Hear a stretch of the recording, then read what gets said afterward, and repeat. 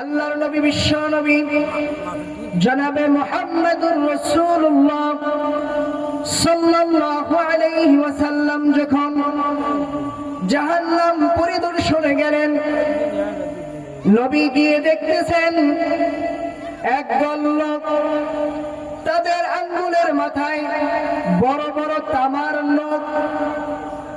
এই নখ দিয়ে তারা নিজেদের চেহারা নিজেরাই খামচাচ্ছে, আঁচড়াচ্ছে, এবং তারা নিজেদের বুকটাকে নিজেরাই আঁচড়াচ্ছে, খামচাচ্ছে। এমন অবস্থায় আল্লাহর নবী হযরত জিবরাইল আমিনকে জিজ্ঞাসা করলেন, ও জিবরাইল, এদেরকে এভাবে শাস্তি দেওয়া কেন হচ্ছে? এরা কি করেছে?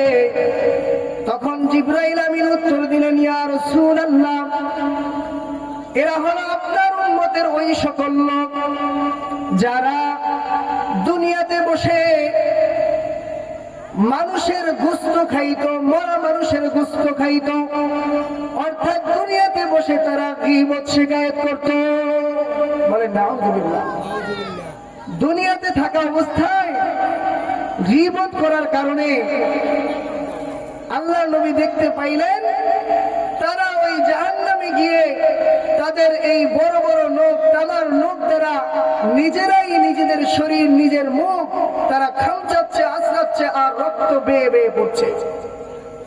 মুহতারাম হাজিরিন, এই গীবত একটা ভয়ঙ্কর গুনাহ, একটা কবিরা গুনাহ। কিন্তু দেখা যায় আমাদের সমাজে এমন কোন শ্রেণীর মানুষ নাই যেই শ্রেণীর মানুষ গীবত করে না। কি করে না? গীবত করে না।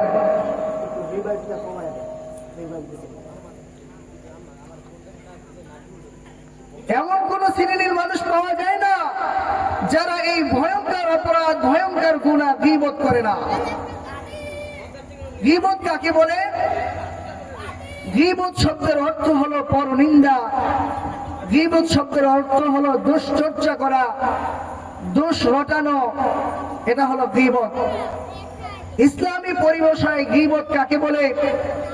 নবী করিম সাল্লাল্লাহু আলাইহি ওয়াসাল্লাম বলেছেন, সহিহ মুসলিমের বর্ণনা 2589 নম্বর হাদিস।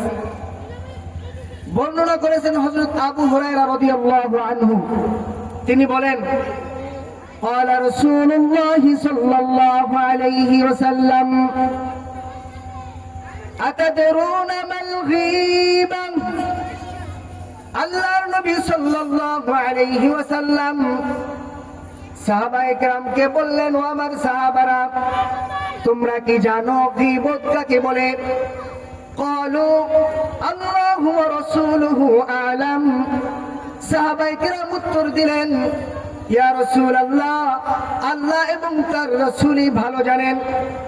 ক্বালা, তখন আল্লাহর নবী বললেন, যিকরুকা আখাকা বিমা ইয়াকরাহু। গীবত হলো তুমি তোমার ভাইয়ের এমন বিষয়ে কথা বলা যে বিষয়টাকে সে অপছন্দ করে। তুমি তোমার ভাইয়ের এমন বিষয়ে কথা বললা যে বিষয়টা সে অপছন্দ করে, এমন বিষয়ে কথা বলার নাম হলো গীবত। সাহাবায়ে কেরাম আরজ করলেন, আফারাইতা ইন কানা ফি আখি মা আকুলু। ইয়া রাসূলুল্লাহ, আমি যে আমার ভাইয়ের যে বিষয়টা নিয়ে কথা বলেছি, ওই বিষয়টা যদি বাস্তবিক পক্ষে তার মধ্যে থাকে তবেও কি গীবত হবে? নবী আমার বললেন, ইন কানা ফীহি মা তাকুলু ফাকাদ ইগতাবতাহু। তুমি তোমার ভাইয়ের যে বিষয় নিয়ে কথা বলেছো, যে দোষ নিয়ে কথা বলেছো, বাস্তবিক পক্ষে যদি এটা তার মধ্যে থাকে, ফাকাদ ইগতাবতাহু, তবে গীবত হবে। তবে কি হবে? গীবত হবে। আমাদের সমাজের মানুষ মনে করে গীবত ওই জিনিস যেই জিনিসটা তার ব্যাপারে বললাম কিন্তু সে এই কাজটা করে নাই, এটাকে গীবত বলে না। সে যে অন্যায়টা করেছে, যে কাজটা করেছে, ওই কাজটা নিয়ে সমালোচনা করা, ওইটা তার ভিতরে থাকা, ওইটা নিয়ে সমালোচনা করার নামই হলো গীবত। এরপরে নবী বলেন, ওয়া ইল্লাম ইয়াকুন ফীহি ফাকাদ বাহাত্তাহু, আর যদি তুমি তার ব্যাপারে যে কথাটা বলেছো ওই বিষয়টা যদি তার মধ্যে না থাকে, ফাকাদ বাহাত্তাহু, তাহলে তুমি তো তার ব্যাপারে অপবাদ দিয়েছো। অপবাদ দেওয়া গীবতের চেয়েও ভয়ঙ্কর গুনাহ। অপবাদ দেওয়া কি গীবতের চেয়েও ভয়ঙ্কর গুনাহ। এই হাদিসে আমরা বুঝতে পারি গীবত কাকে বলে। গীবত বলা হয় আপনি কোন মানুষের এমন একটা বিষয় নিয়ে কথা বলেছেন যেই বিষয়টা সে অপছন্দ করে, যে বিষয়টা কি করে সে, আপনি তার ব্যাপারে এ ব্যাপারে কথা বলা, এটা কি করে সে অপছন্দ করে, এটাই কি গীবত, এটাই কি গীবত। গীবত কত মারাত্মক ব্যাপার। মহান আল্লাহ তাআলা পবিত্র কোরআনের সূরাতুল হুজুরাতের 12 নম্বর আয়াতে বলেন, ইয়া আইয়ুহাল্লাযীনা আমানু ইজতানিবু কাসীরাম মিনায-যন্ন ইন্না বা'দায-যন্নি ইসমুন ওয়া লা তাজাসসু ওয়া লা ইয়াগতাব বা'দুকুম বা'দা। আল্লাহ তাআলা বলেন, ইয়া আইয়ুহাল্লাযীনা আমানু, হে ঈমানদারগণ, আমানু ইজতানিবু কাসীরাম মিনায-যন্ন, তোমরা ধারণাপ্রসূ কথা থেকে বিরত থাকো। সমাজের অনেক মানুষ দেখবেন ধারণা করে কথা বলে ফেলে, আন্দাজ করে কথা বলে ফেলে। আল্লাহ তাআলা নিষেধ করেছেন শুধু ধারণার মাধ্যমে কথা বলা যাবে না, আন্দাজ করেই কথা বলা যাবে না। ইন্না বা'দায-যন্নি ইসমুন, কিছু কিছু ধারণা যেটা গুনাহের কাজ হয়ে দাঁড়ায়। অতঃপর আল্লাহ বলেন, ওয়ালা তাজাসসু, তোমরা একে অপরের দোষ চর্চা করো না, দোষ অন্বেষণ করো না। ওয়ালা ইয়াগতাব বা'দুকুম বা'দা, এবং পরস্পরের গীবত করো না। পরস্পরের দোষ অন্বেষণ করা, গীবত করা নিষেধ করেছেন কে? একটু আওয়াজ করে বলেন, নিষেধ করেছেন কে? আল্লাহ। এরপরে আল্লাহ তাআলা বলেন, আইয়ুহিব্বু আহাদুকুম আইয়াকুলা লাহমা আখিহি মাইতান ফাকারিহতুমু, তোমাদের মধ্যে কি এমন কেউ আছে যে নিজের মৃত ভাইয়ের গোশত খেতে পছন্দ করে? তোমাদের মধ্যে তো এমন কোন লোক নাই। ফাকারিহতুমু, এটা তো তোমরা অবশ্যই অপছন্দ করো। নিজের মৃত ভাইয়ের গোশত খাওয়া যেমনটা তোমরা অপছন্দ করো, ঠিক গীবত করাকে, মানুষের দোষ চর্চা করাকে সেভাবেই অপছন্দ করতে হবে। নির্দেশ কার? নির্দেশ কার? আল্লাহ। কিন্তু আমরা কি করি? অনেক মজা করে গীবত করি। সমাজে মানুষ যে পরিমাণে গীবত করে, এতে তো মনে হয় যে আমাদের কারো কপালি আল্লাহর জান্নাত নাই, আমাদের প্রত্যেকের এই কবিরা গুনার কারণে জাহান্নামে যেতে হবে। এই জন্য ভাই আমার, গীবত করা যাবে না, মানুষের দোষ চর্চা করা যাবে না, মানুষকে ছোট করে কথা বলা যাবে না, সেটা মানুষের সামনে হোক কিংবা পিছনে হোক, মানুষকে কোনোভাবে নিন্দা করা যাবে না। আল্লাহ তাআলা সূরা হুমাযায় বলেন, ওয়াইলুল লিকুল্লি হুমাযাতিল লুমাযা, ধ্বংস হোক প্রত্যেক ওই সকল লোক যারা মানুষকে সামনাসামনি নিন্দা করে, ধ্বংস হোক প্রত্যেক ওই সকল লোক যারা মানুষকে পিছনে পিছনে নিন্দা করে। আল্লাহ বলেন, সামনে নিন্দা করবা তুমি ধ্বংস হয়ে যাইবা, তুমি পিছনে নিন্দা করবা তুমি ধ্বংস হয়ে যাইবা। আজকে সমাজের মানুষে সামনাসামনি মানুষকে নিন্দা করে কি করে না? মানুষের শরীর নিয়ে কথা বলে, মানুষের বংশ নিয়ে কথা বলে, গোত্র নিয়ে কথা বলে, বলে কি বলে না? হাসি তামাশা করে, ঠাট্টা করে। আল্লাহ তাআলা নিষেধ করেছেন তোমরা এক বংশ অপর বংশকে নিয়ে ঠাট্টা মশকরা করবে না, এক গোত্র অপর গোত্রকে নিয়ে ঠাট্টা মশকরা করবে না। আল্লাহ তাআলা সূরা হুজুরাতের 11 নম্বর আয়াতে বলেন, ইয়া আইয়ুহাল্লাযীনা আমানু লা ইয়াসখার কওমুম মিন কওমিন, ও ঈমানদাররা শোনো, তোমরা এক গোত্র অপর গোত্রকে নিয়ে ঠাট্টা মশকরা করবে না, হাসি তামাশা করবে না। আসা আইয়াকুনু খায়রাম মিনহুম, হতে পারে তুমি যাকে নিয়ে ঠাট্টা মশকরা করতেছো, হতে পারে তুমি যাকে নিয়ে তামাশা করতেছো, ওই গোত্ররা তোমার চেয়েও বেশি উত্তম। হতে পারে কি পারে না? তো আল্লাহ তাআলা তো এটাই বলেছেন যে তুমি যাকে নিয়ে ঠাট্টা মশকরা করতেছো, হতে পারে সে তোমার চেয়ে উত্তম। আর তুমি কোন জায়গায় এখন আছো আর ভবিষ্যতে থাকবা এটা তুমি জানো না। এরকম ঠাট্টা মশকরা তামাশা নারীদের মধ্যে, নারী সমাজের মধ্যেও হয়ে থাকে। এই জন্য আল্লাহ তাআলা বলেন, ওয়ালা নিসাউম মিন নিসাইন আসা আন ইয়াকুননা খায়রাম মিনহুন্না। আল্লাহ বলেন, ও নারীরা, ও মহিলারা শোনো, তোমরা একজন মহিলা অপরজন মহিলাকে নিয়ে তামাশা করবা না, ঠাট্টা মশকরা করবা না। কারণ তুমি যাকে নিয়ে ঠাট্টা মশকরা করতেছো, হতে পারে সে তোমার চেয়ে উত্তম, হতে পারে সে তোমার চেয়েও ভালো। হতে পারে কি পারে না? অনেক নারীরা এমন আছে যাদের কাজই হলো গীবত করা, মানুষকে নিয়ে আলোচনা আর সমালোচনা করা। মিডিয়ার দায়িত্ব তারাই পালন করে।